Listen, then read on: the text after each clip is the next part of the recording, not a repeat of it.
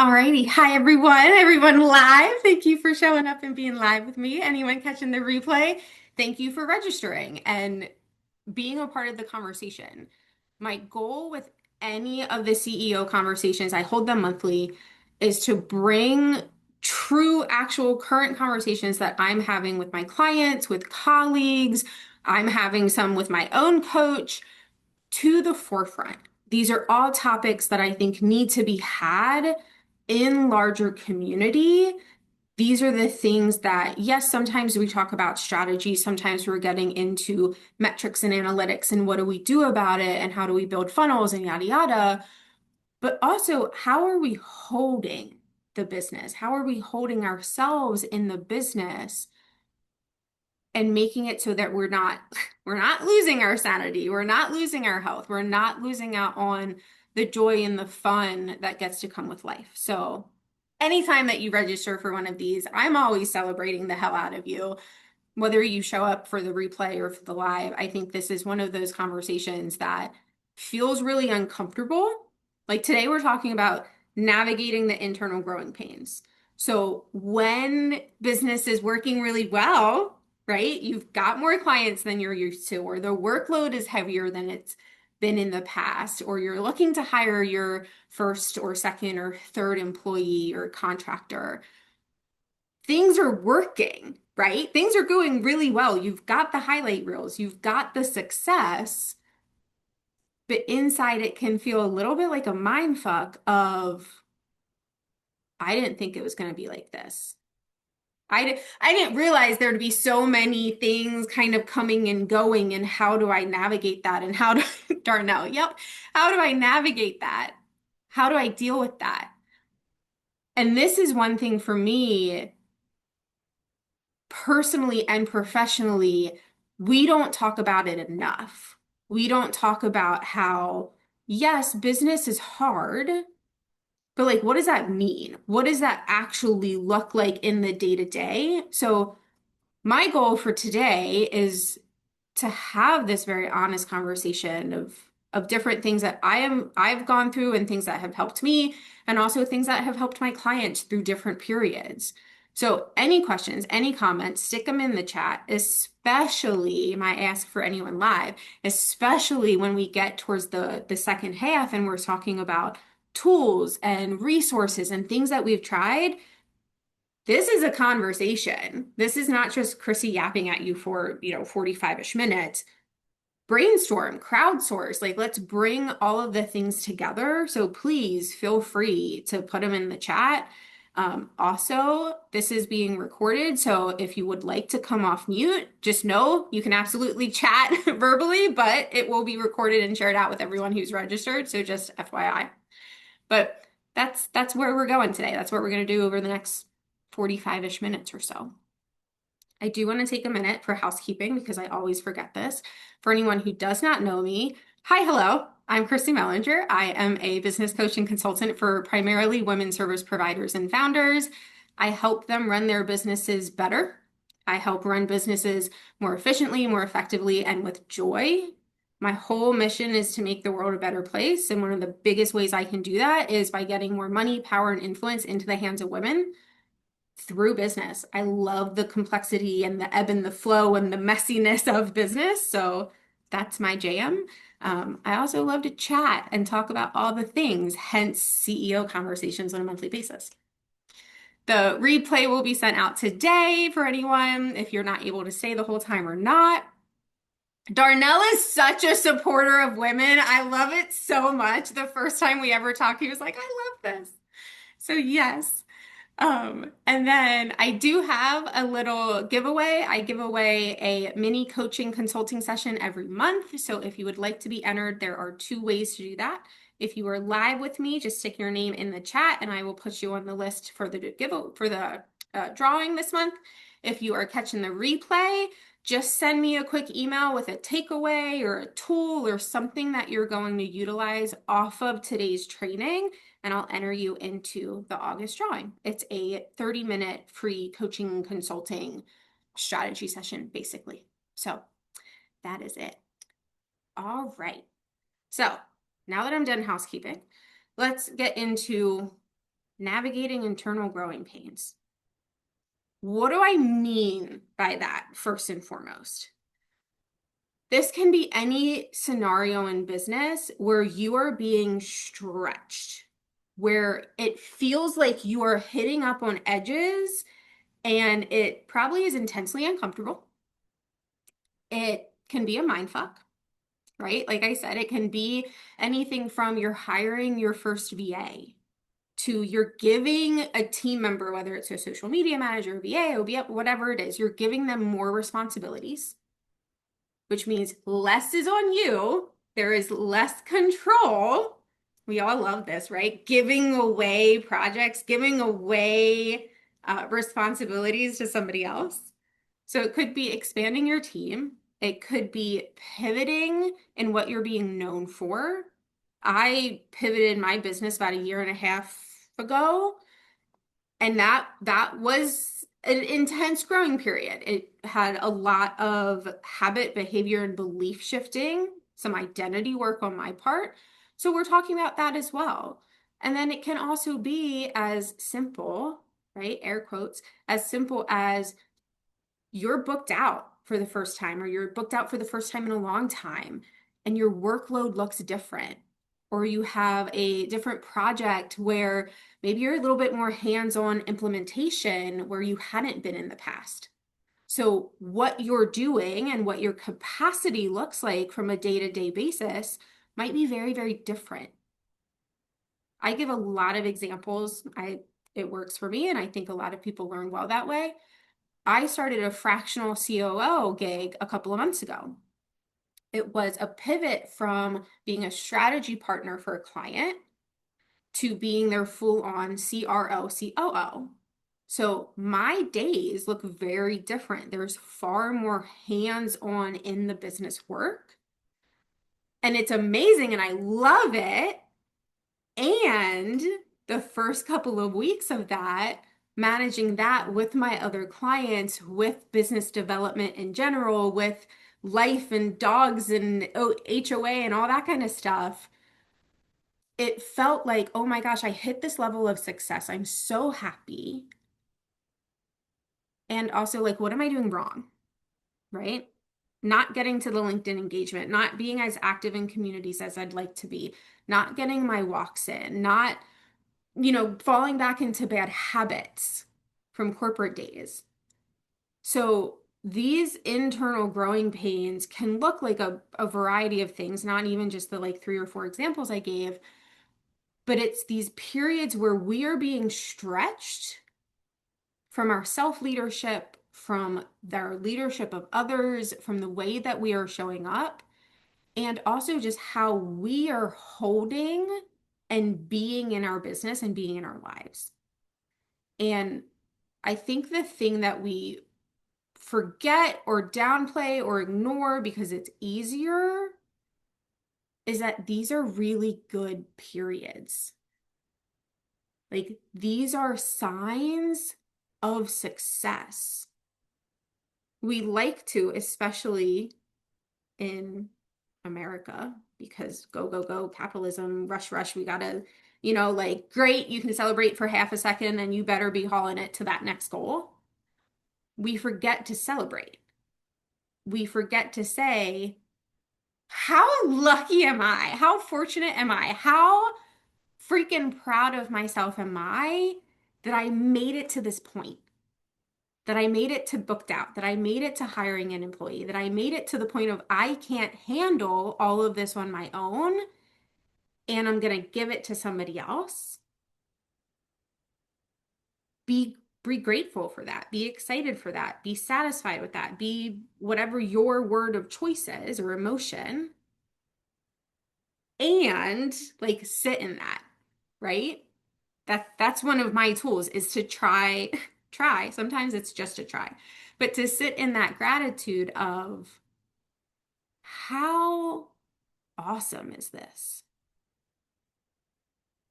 It feels really uncomfortable to give my VA more content responsibility and not to be doing all of my content myself. And also, I hate content. I know I shouldn't say that out loud. I hate writing content. So, like, how awesome is it that I get to give this to Maggie and Maggie gets to go do the thing? Michaela, nobody likes content. Marketers don't like content. Let's be real, guys. I hate Instagram.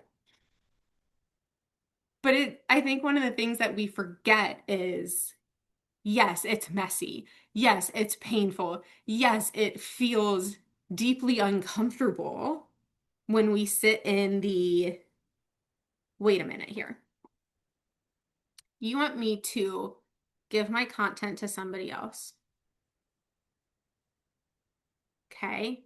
And you want me to shift the way that I'm working, and you want me to like take care of myself, and you want me to continue doing some of the business development that truly can't be given to someone else, and you want me to I'm so sorry, what? It feels uncomfortable. And our brains are wired to find the part that's uncomfortable and to harp on it. But I think one of the things for me personally that has helped so much in these periods is to come back to that gratitude, to come back to, I'm so proud of, and not just looking at, I'm so proud that I signed that client. I'm so proud that that renewal came in. I'm so proud that the big thing, but almost looking at it as the little steps. So I know not everybody here has animals, but picture like a pet or like a small child. I can't relate to small children, but small child where they're like coming over, like a dog will have a big stretch off the couch. You have to say, oh, big stretch. Oh, big stretch. Or the little kid comes over and like shows you the thing that they found on the ground and it's gross and disgusting, but they're so happy. And you're like, oh, that's so cool. Be that level of proud of yourself. Oh, I showed up to the master class. I showed up for 15 minutes of a call because that's all I could fit in, but at least I showed up for 15 minutes. I didn't show up for 40. I didn't show up for an hour, but I showed up for 15. Maybe you didn't get 25 minutes of LinkedIn engagement in, but you got 10 or 7. You could have been doom scrolling. You could have been head down looking at your email paralyzed and not actually doing anything. But you instead chose to build that habit, build that behavior of LinkedIn engagement because that's a priority to you. That's important to you. So it's not only being in the gratitude. My brain always goes to dogs, Erica. Come on, man. It's not only being in that gratitude, but it's also being proud of yourself. It's building that evidence log, which is one of the most important things that you can do, I believe, that you can do in business, period. But especially during these growing periods, is to evidence every single thing possible to the point that maybe someone who's not Chrissy's brain would be like, it's a dog, for the love of God, be quiet. Be that level of proud of yourself, right? Have an evidence tracker of I did this or I did that, or, this was really uncomfortable and I had the conversation. Or instead of pushing off the conversation that I need to have with a client or a contractor or a collaboration partner because I don't want to tell them that, things are not working out, I did it. I sent the email. I sent the text message. I said, hey, I think you and I need to have a conversation on Monday. These are the things I'd like to talk about on our call. Being proud, because that, if you don't listen to any of the rest of this, and I have other tools, I promise, and other resources, being in that gratitude space will take you out of the heads down, go, go, go. Oh my gosh, frantic. I don't know how I'm going to do all of this, which means I must tense, tight, and look and just da da da.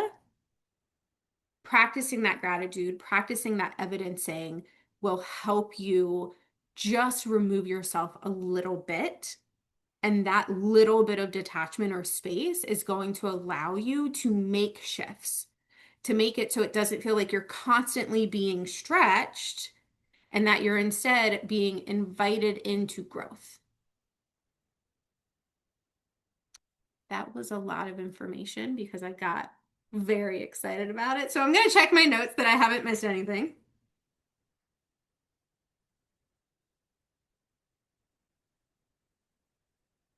So it really is just this happens, not only the external, the how do I want to say this? This is why this is this conversation and this is not a master class because this is a little bit free flow of these are the legit conversations we need to be having. These periods can feel so tricky, not just because there's a lot going on, right? These are growing periods where everything is ebbing and flowing and moving and shifting, and it can feel like this very liminal space of you made it, and also the ground is really rocky and unstable because you now have to build different habits. You now have to build different ways of doing business, different ways of showing up, different ways of leading yourself and others, that it can feel really uncertain and rocky. That tends not to actually be what causes the most discomfort or distress. The thing that actually causes that discomfort and distress is that we don't understand or recognize or accept that this growth is constantly pushing and pulling us. That there isn't a one day it's all going to be magic. I'm going to have everything buttoned up. I'm going to understand exactly what the bare minimum is. I'm going to have everything on point. When this contract ends, when the first 30 days of the new client is through, there isn't a magic finish line. When you're being stretched, you're constantly having this push and pull of belief systems, of thought patterns, of habits, of routines, of identity shifts. Who you are when we're just going to use the booked out example.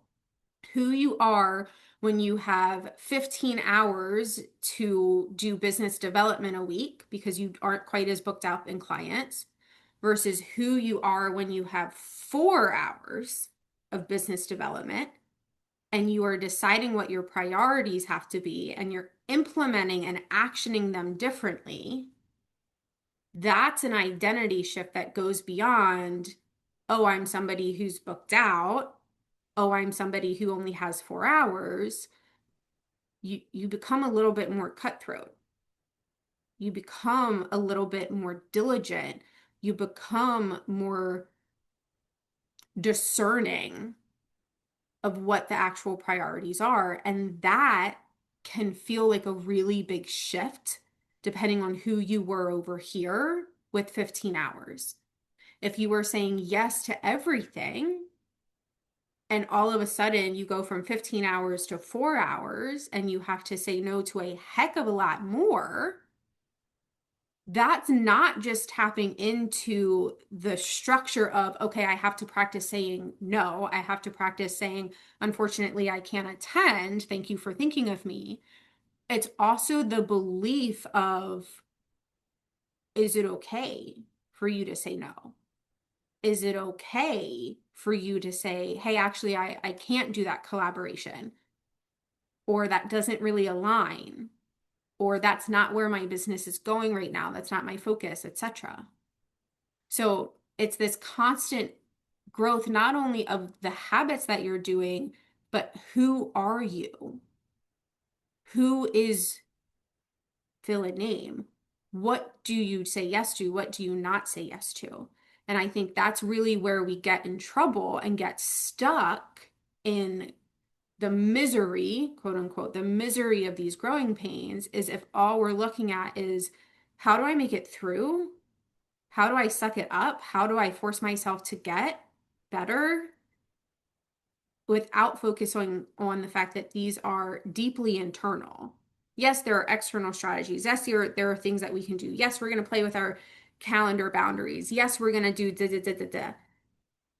Those are supportive structures to the real work of who am I when this happens and how do I get to show up? Does that all make sense? Any questions, comments on that before I get into how do we do it? How do we actually do the thing?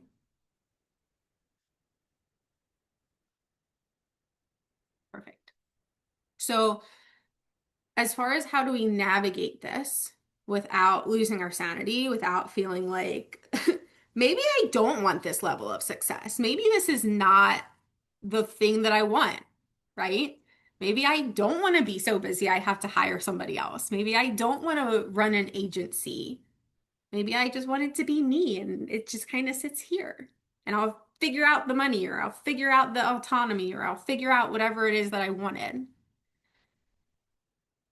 We have to look at both the internal and the external. So again, I'm going to go back to first and foremost, we are going to celebrate the hell out of this.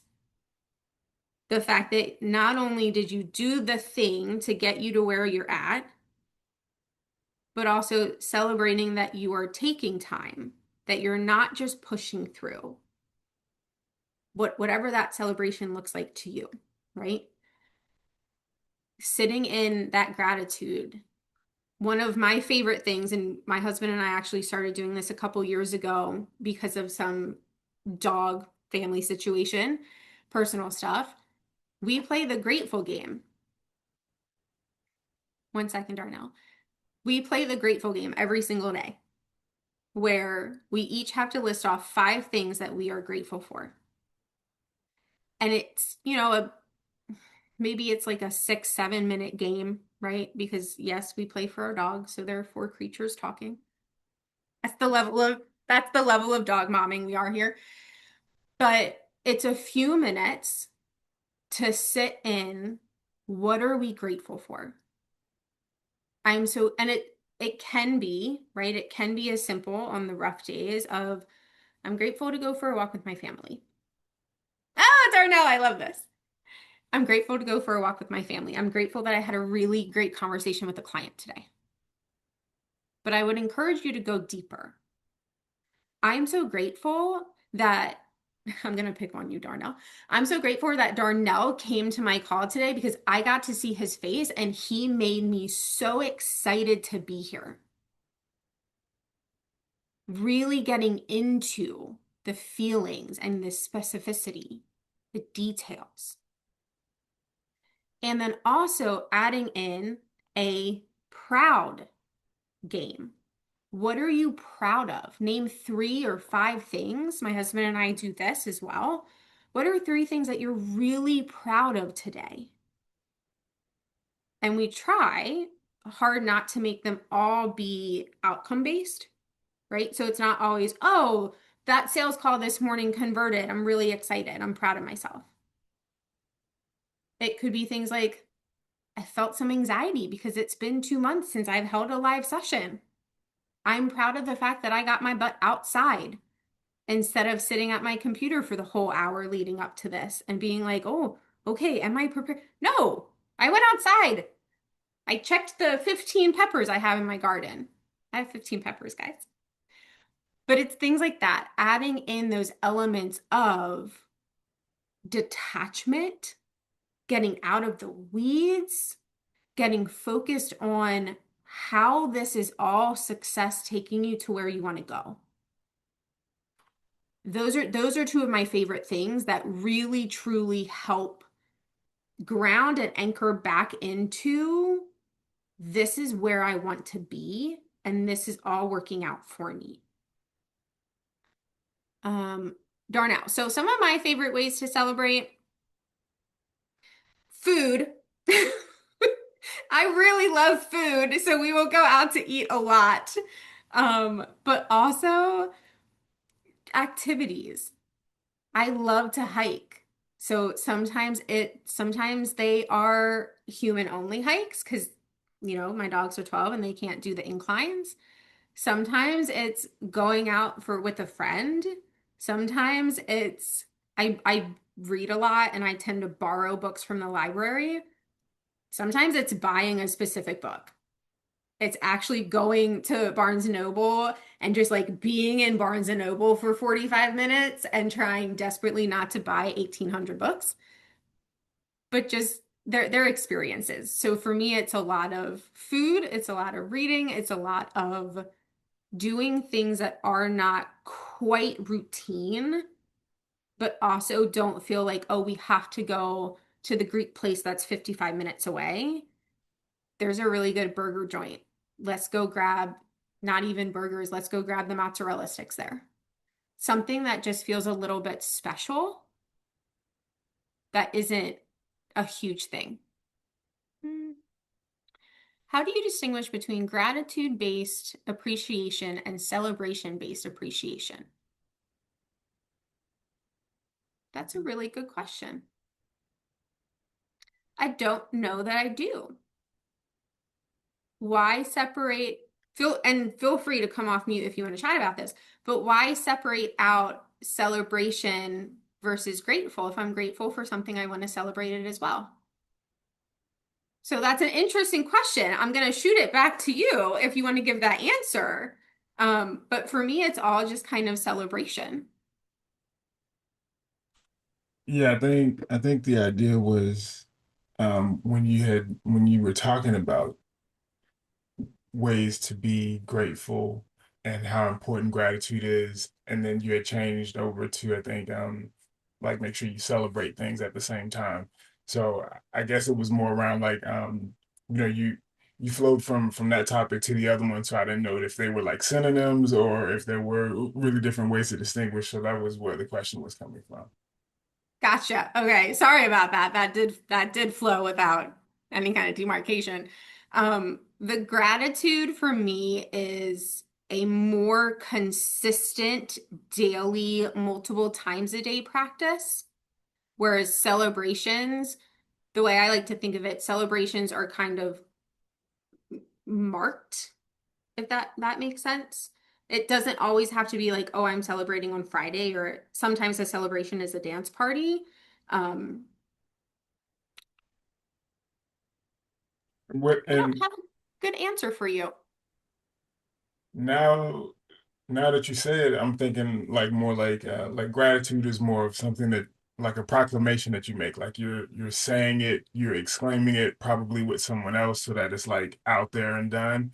Whereas a celebration may be more around like an activity of it may be more activity based. So Mhm. not necessarily saying something, but like, okay, going to have that cupcake, going for a hike in your case, or going to a restaurant, like an activity versus what you proclaim. Yes, that is a much better way of putting it. Perfectly done. Great job, Darnell. Thank you, sir. Erica, this week my husband was gone and I decided to challenge myself to not do TV at night, so I've been puzzling and listening to a fun audiobook as a celebration. Awesome. I love this. This also totally tracks for you. I love this. This is great. I do dogs, you do puzzles. But I think so that's first, right? Like celebration, gratitude, that evidence tracker. And then we do want to get into some of it because when we're in these periods, there's so much mind chatter, right? We're being stretched, there's discomfort, there's so much in our brain of these are all the things that I need to do. Typically, it's these are all the ways that I'm not doing them well enough. What happens if this happens? There's all these kind of worry trains or these kind of chaos trains. So name what's happening objectively, statements of fact, not necessarily this is how I'm feeling, not right yet. Statements of fact. What's going, what are you performing well, right? Objectively.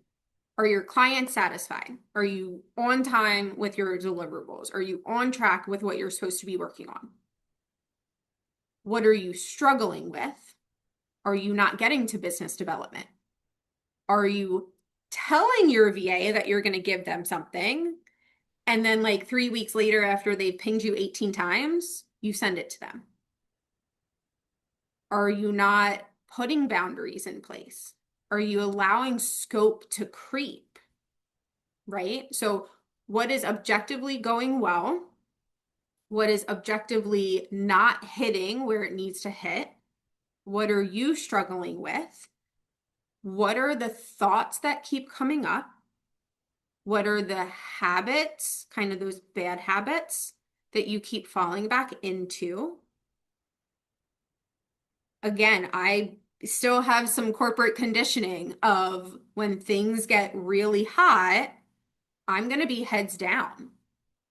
I'm not going to move my body. I'm not going to take breaks throughout the day. I'm just going to sit here and I'm going to have to put eye drops in like 4 times because I'm not blinking enough. What habits are you falling into? What thoughts keep getting repeated? And just objectively put them down. There's no self-judgment here as much as you can do that. That's not always realistic. But just note what's happening. And then if you can, this does not, I'm not a therapist, I'm not a mental health practitioner, and this is really important for me to note. I like to go down the rabbit hole of worst case scenario. That does not work for everybody. So if from a mental health perspective that does not work for you, tune me out for like 90 seconds. The power, if it works, of going down the worst case scenario is that you can start to poke holes in it. If you avoid walking down that path, it still looms as a fear, right? So let's use an example of you are booked out, first time booked out, or it's the highest or whatever. You've got a lot of work on your plate. Business development is getting pushed down. You're not necessarily doing all of it. So before, maybe you were, engaging on LinkedIn or engaging in a specific community 4 times a week. You don't have time to do that anymore, so you're down to once a week. Your brain is running a story in the background, whether you are aware of it or not, most likely, right? That, okay, I'm not engaging 4 times. Well, if I'm not engaging as much, I'm not having the same conversations. I'm not having the same volume of conversations. Not enough people know about me. I don't have the referral partners. My pipeline's going to get worse. If I don't have a pipeline when these clients are done, what am I going to do? I'm going to get back into that feast or famine cycle. And then if I don't have enough clients, then maybe, I'm not going to be in the mood or I'm not going to have the motivation to get out there more because I'll be upset or frustrated or whatever. And then my whole pipeline clears out and I have no clients and I go bankrupt.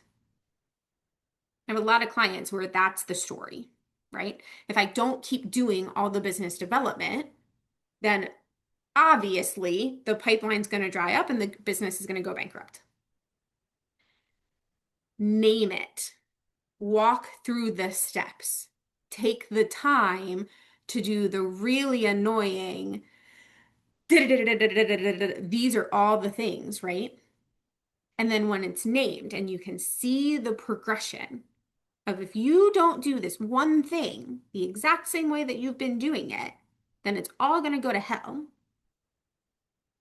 Take a breath, right? Move your body because that's a lot. And then come back and start to poke holes in it. Look at the data. Pull in data as much as you can. So, of the 4 times a week that you were engaging, how many conversations were you actually having? Where did they come from? Did it come from volume? Probably not the valuable ones. Do you need 4? Maybe 1 is not the answer. Maybe 1 right now is not enough. Maybe it's 2, maybe it's 3. But find the data that says your hypothesis is wrong or right. Is your whole business going to drop down if you don't engage on LinkedIn? Have you never gotten a single client from any other source? Have they all come from you engaging? Nope. I can pretty much guarantee that. So you start to poke holes at each piece and you go through each step of that path and you poke the holes in it. And this is really important because when you're able to kind of call out your own brain of, hey, that doesn't make sense. That's actually not the way this works. Math does not math. You can bring back and get out of that cycle of constantly having your brain whirl and constantly feeling like I'm never going to get out of this and just being stuck in This is really busy and I don't know what I'm doing, and maybe I'm not cut out for this. And what happens if? Walk it through. What happens if? And then come in with data, come in with that evidence. Another reason why we use the evidence tracker to say, that's not true. This is what happens. Or, you know what? Maybe it does. Maybe it does happen. Maybe the pipeline does dry up. You've gotten really good at content, whether you like it or not. You've got a VA that can help you. Great. You can build it back up. None of us are young enough that we have always been content creators. There was a time before we started creating content for the public. You can start from scratch again if you need to. Building up that evidence that it will work out and just giving yourself that opportunity to see the worst case scenario for the lie that it is, because almost all of them are lies. Oh, Erica, I've also done this practice. I love, I fear, I know.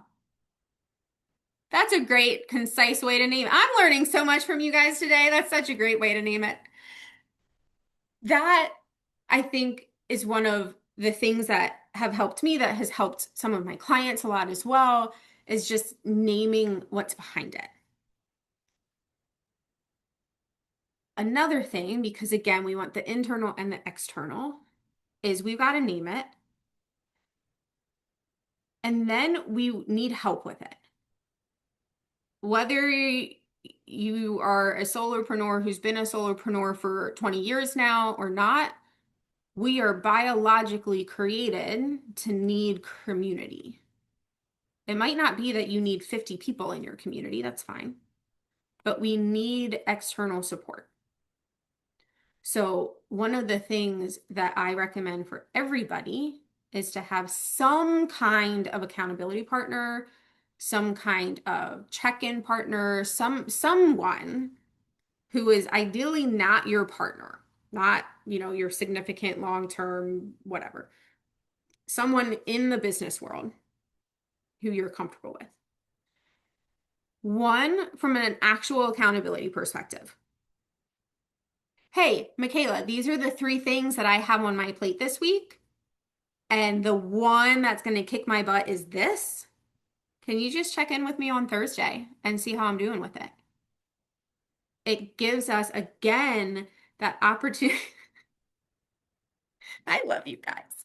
It gives us that opportunity again to just create that detachment, create that space between the messiness that is this period and where we actually sit.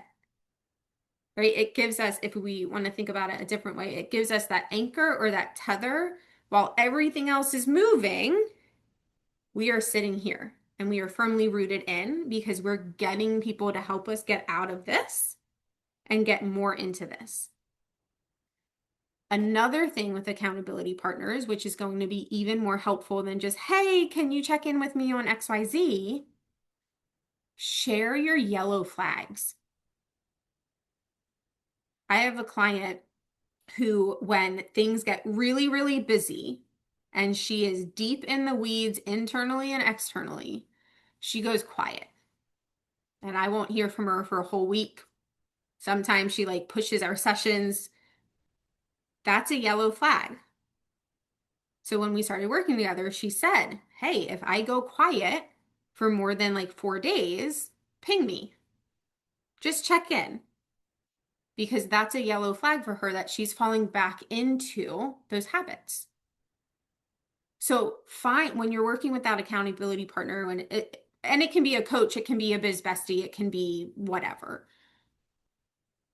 Tell them, hey, these are the habits that I tend to fall into. If you don't see a picture of me outside in the grass for a week and a half and it's summertime, something's up, right? If I'm not sending you pictures of what ridiculousness my dogs are doing or what my garden is producing, probably means that I haven't gotten outside in a couple days. Because, head down doing the things. Just check in with me. That's even more helpful because one of the things that we have to do to really truly navigate out, not just navigate this spiral, but navigate outward into growth, into a new version of ourselves, is to build up better habits, to build up better practices, which means we're breaking what we're used to, or we're breaking away from that conditioned, again, for many of us, that conditioned corporate productivity, got to go, go, go.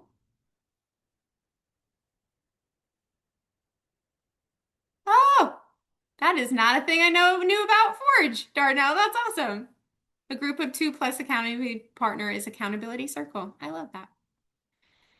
But it's finding those people who will help you and who will actually hold you to task. That's one thing that I see a lot happen is people are like, "Oh, I need an accountability partner. I need help."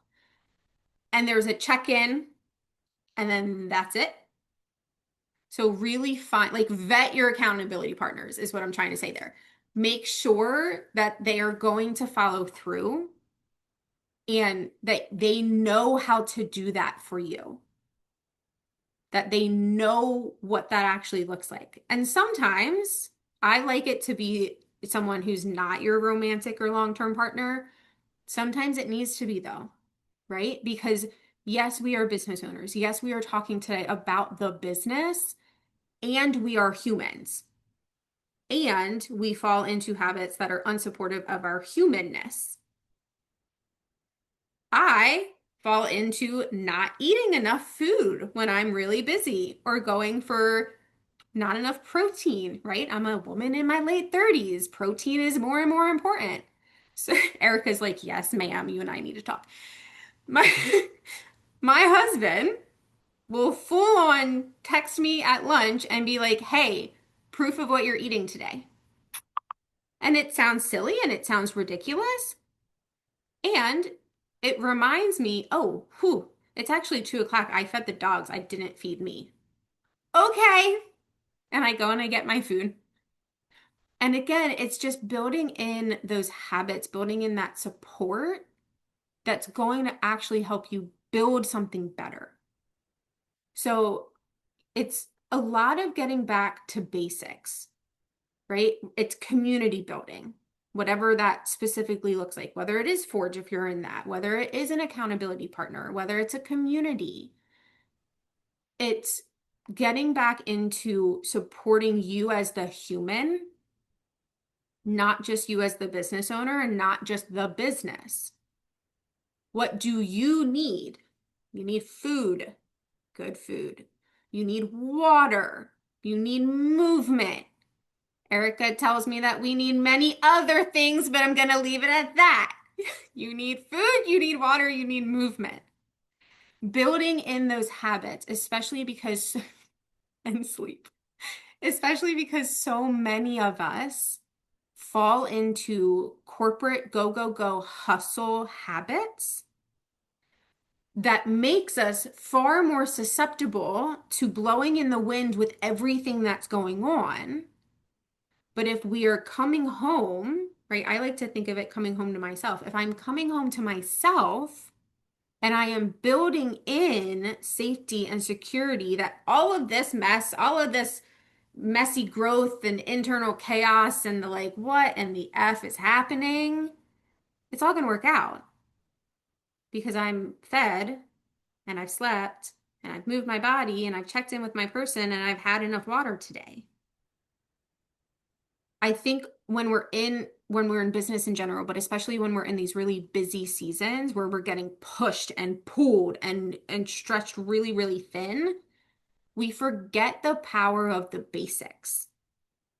We forget the power of just going outside and getting sun or listening to water or whatever that looks like for you.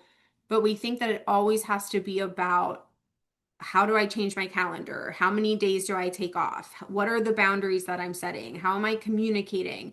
Am I sending emails between 9 and 5 or am I sending them at 11:45 when I'm actually working on the thing?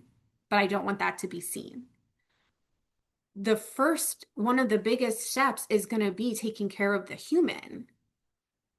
and really letting it be as simple as that, that it's okay, that you don't need 20 different things, that you don't need, to completely burn down the way that you're doing your marketing because you're too busy, or that you need to completely change something else that you're doing because you hired somebody or you're delegating a different task. Sometimes it is you're delegating that task so that you can take a 45-minute lunch, that you can go do the things that are going to support and nourish you, because these growing pains take a lot out of you. If I have a friend who has a 2-year old who's going through some big growth cycle and he's cranky.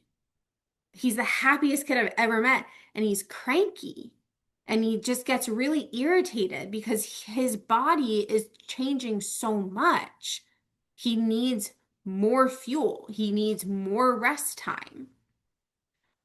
That happens here too. We might not be going through physical growing pains, right? We're not in middle school, we're not having that last growth spurt, or high school if we're lucky. I had mine in middle school.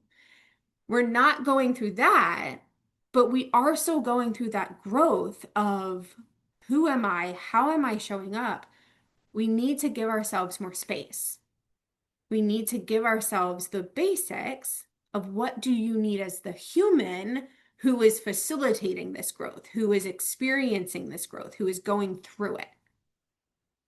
So really getting into those more basic needs. Erica, you are spot on, Chrissy, especially women. We end up prioritizing everything and everyone over what we really need and want. It's kind of hardwired in our brain, and it's so important to update that mentality. Absolutely. These periods, in addition to being signs of success, right? Like you did the thing, it's working, good job, now you're here, are the opportunity, like the best opportunities to actually decide who we're going to be, right? Oh, I want to be XYZ when I grow up. Great. It's not built when things are easy. It's not built when everything is going well and like you can clock out at 2 o'clock mentally. The you that you are when you grow up is built during the periods that feel really sticky, that feel really uncomfortable. So again, it's going back to those kind of basics. And then I do also want to give you some very like external practical things to do from the business perspective that have worked for me, that work for my clients. Boundary the hell out of your calendar. If you are busy and things are being stretched and you need more space, you should not be taking the same amount of calls or the same amount of sessions or the same amount of networking or the same amount of da da da da da da that you were doing when you were 50% filled. Boundary your calendar. Figure out what your actual priorities are, and you cannot have more than 3 actual priority number ones, right? And even that, you can't have 3 number ones, but you can have 3 big priorities. But none of this like, oh, there are 18 things that need to get done this week. No. What are the actual priorities? And then follow through with those. And if you get them all done by Thursday, you do not have to add them on Friday. You can let the week be the week. Let it be finished, right? There's a very short, these are the priorities this week. There's a very long, ongoing, never ending, these are the things that I can do. When this is done, you get to be done. Unless you really do feel like, you know what, I can take this. This feels good. This feels nourishing. This feels satisfying to have completed. Don't just add it on. But really, I like the phrase culling, the word culling, right? I don't want you to just cut out things that you are doing. I want you to be ruthless. And I want you to cull what you are doing. I want you to look at it and cut the dead weight. Figure out what that is. You might need to do some data digging and analyzing, but really build in boundaries, not only to your calendar, but also building in boundaries to what you are allowing and what you're prioritizing, which in itself is a leadership exercise around saying no, around waitlisting, whether it's a client, a collaboration, a project for your own self, waitlisting it for later or soon, right? Just not right now. And then adding in, my husband hates when he works from home. I live by phone alarms. I probably have like 15 phone alarms go off every single day. Some of them are meetings, some of them are move, go get water, look outside, stop looking at the computer, put your eye drops in, right? There are these kind of basic things, but using technology to support us, not having it be the only thing that we're doing, but having the technology or the systems or the this out in the world that includes other humans help us come back home to ourselves, come back home to I am here. And all of this is going to, and I'm going to be here because this is how I'm getting through this messy cycle. So, all of that to really say it is very much about the internal and the external, with the internal being the deciding factor and the external being that support.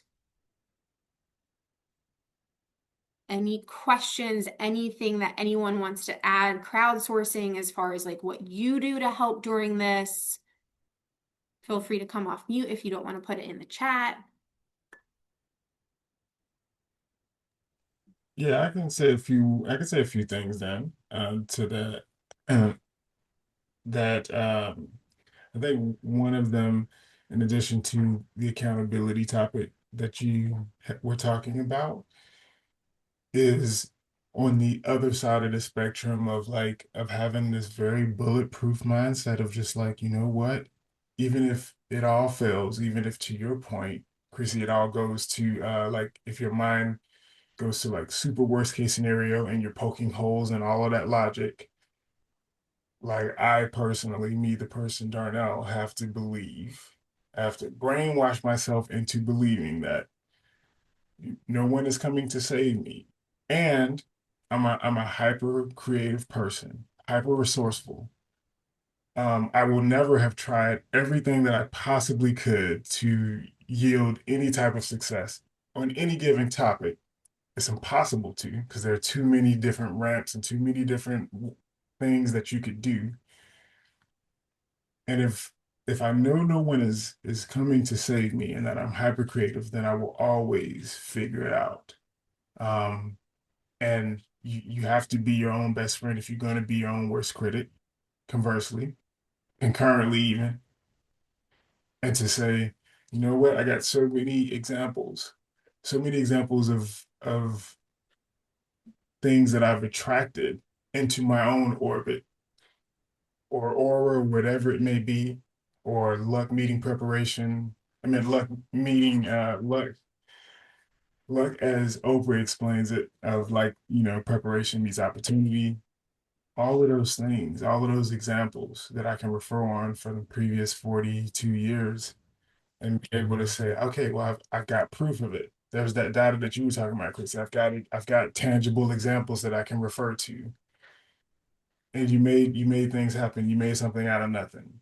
Because the alternative is worse than that. The alternative is, oh, someone is coming to save me.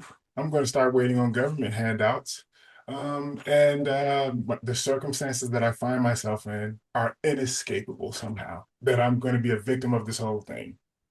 I prefer to believe in being the victor, of not having the victim mentality too much, because again, it doesn't serve getting out of the situation knowing that no one is coming to save you anyway. right? And so that's a darker belief, but again, it works in the sense of, okay, well, I can turn this around, and I will find the accountability people that I need to help me hold my feet to the fire and see what I'm really spending my time on.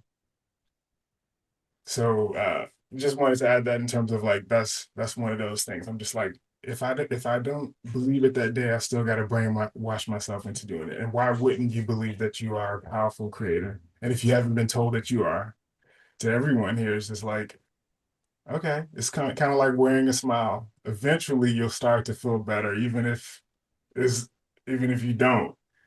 Wearing a smile for at least a little while starts to just automatically change your mood and stuff, even, right? And so it's the same thing. We're just like, well, why would we tell ourselves the alternative that we are not powerful creators, that the circumstance that I found myself in starting this business was a bad idea. I suck at this. This isn't going to work. Now I got to go back to corporate and go all the way down that rabbit hole of like no leads, no client, no pipeline, anything. Well, what happens if we tell a different story? And we say it until we believe it, even if it's every day. Set that alarm like you do of, hey, remember this. I'm great. So anyway, just thought I'd add that. Thank you for letting me share that. No, I love that. Thank you so much. That is that. I love how you said if we're going to be our own worst critic, we've got to be our own best friend. And also, you did this for a re why wouldn't you have trust and faith in yourself? And also, you're a badass. Do the thing. Keep doing the thing. So no, that was amazing. Thank you, Darnell.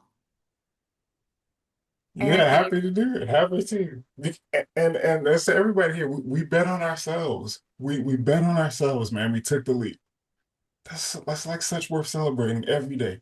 I should set an alarm for at least 3 times a day of just being like grateful that you just, hey, you bet on yourself, man. It was the hardest thing, but no one is going to invest in you like you can and for yourself. So like, why not do it, man? Why not do it? And it wasn't a mistake, and you can figure it all out, and we will, even if it's just accountability. So anyway, don't mean to hijack things, but I clearly get passionate about this stuff. I'm gonna let you go and take it away, and I'm gonna go ahead and mute myself now.